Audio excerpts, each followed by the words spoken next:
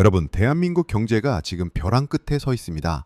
환율이 결국 심리적 마지노선이라던 1,530원을 뚫어버렸습니다. 주간 거래 기준으로 환율이 1,530원을 넘어선 건 2009년 글로벌 금융위기 이후 무려 17년 만에 처음 있는 일입니다. 지금 시장에선 제2의 IMF 사태가 오는 것 아니냐는 공포 섞인 비명이 터져나오고 있습니다.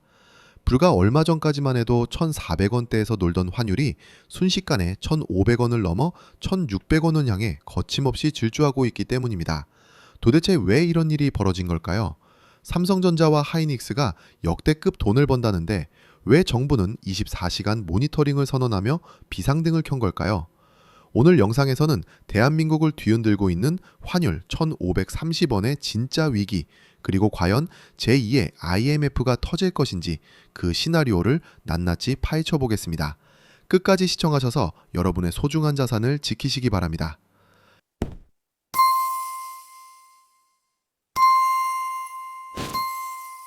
이번 환율 폭등의 표면적인 이유는 중동의 지정학적 위기 때문입니다. 유가가 배럴당 100달러를 넘어서며 고공행진을 하니까 안전자산인 달러로 돈이 몰리는 거죠. 하지만 진짜 심각한 문제는 따로 있습니다. 다른 나라 통화에 비해 유독 우리 원화의 가치가 수직 낙하하고 있다는 점입니다. 이란 사태 발생 이후 대만 달러나 일본 엔화는 2.5% 안팎으로 떨어질 때 우리 원화는 무려 6.27%나 폭락했습니다. 아시아 경쟁국들보다 무려 2배 이상 가파르게 가치가 떨어진 건데요.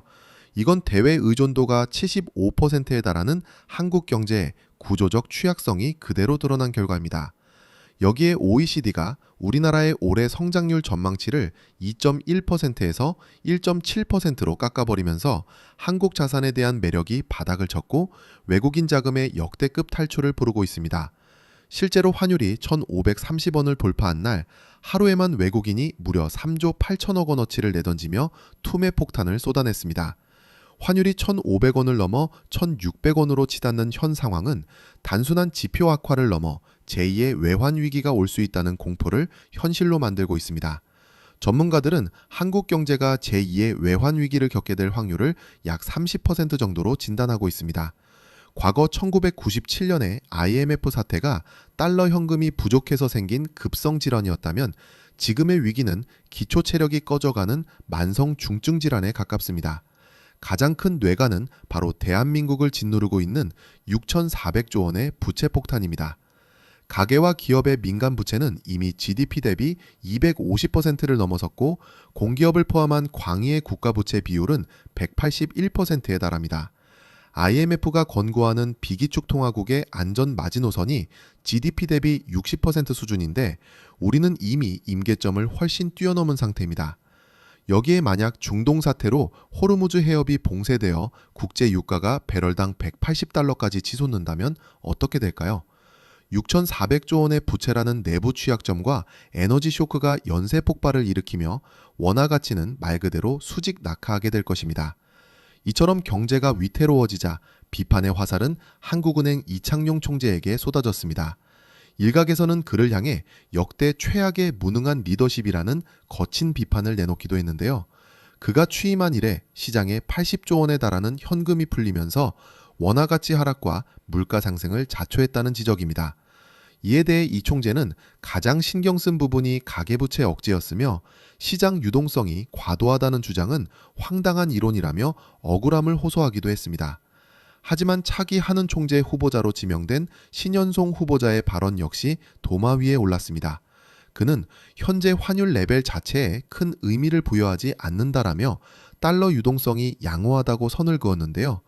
하지만 시장에서는 당장 수입 물가 폭등으로 고통받는 서민과 취약계층의 현실을 전혀 모르는 안이한 인식이라는 차가운 비판이 나오고 있습니다. 그렇다면 이 환율 폭등이 우리 같은 평범한 사람들의 삶에는 어떤 영향을 미칠까요?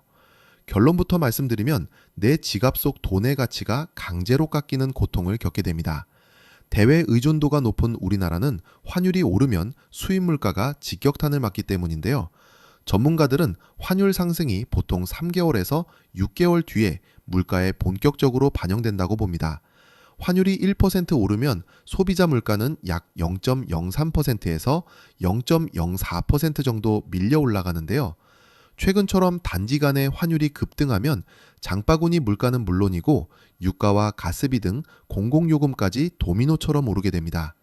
특히 소득에서 식료품이나 연료 등 생계 필수품 비중이 높은 서민들이 가장 큰 직격탄을 맞게 됩니다. 게다가 환율 때문에 물가 불안이 계속되면 중앙은행이 금리를 쉽게 내리지 못하겠죠. 결국 빚을 지고 있는 가계와 대출자들은 고금리의 고통을 훨씬 더 오래 견뎌야 하는 악순환에 빠지게 됩니다. 앞으로의 전망도 그리 밝지만은 않습니다. 전문가들은 환율 상단이 1,600원까지도 열려 있다고 경고하고 있는데요. 특히 4월은 외국인 투자자들이 국내 기업들로부터 받은 배당금을 대거 본국으로 송금하는 이른바 배당 시즌입니다. 이 시기에는 대규모 달러 수요가 발생하기 때문에 원화 가치의 추가적인 하락 압력이 가해질 수 있습니다. 정부가 긴급 대책을 내놓고 있지만 근본적인 경제 체질 개선 없이는 위기를 완전히 피해가기 어렵다는 지적이 많습니다. 자, 오늘은 환율 1,530원 돌파의 위기와 제2의 IMF 시나리오까지 한국 경제를 낱낱이 파헤쳐 봤습니다. 지금은 그 어느 때보다 경제의 흐름을 잘 읽고 소중한 자산을 지켜야 할 때입니다. 다음 영상에서는 스페이스X가 바꿀 한국 통신사의 위기라는 주제로 스페이스X를 고릴라 딥리서치로 해부해 보겠습니다. 시청해 주셔서 감사합니다.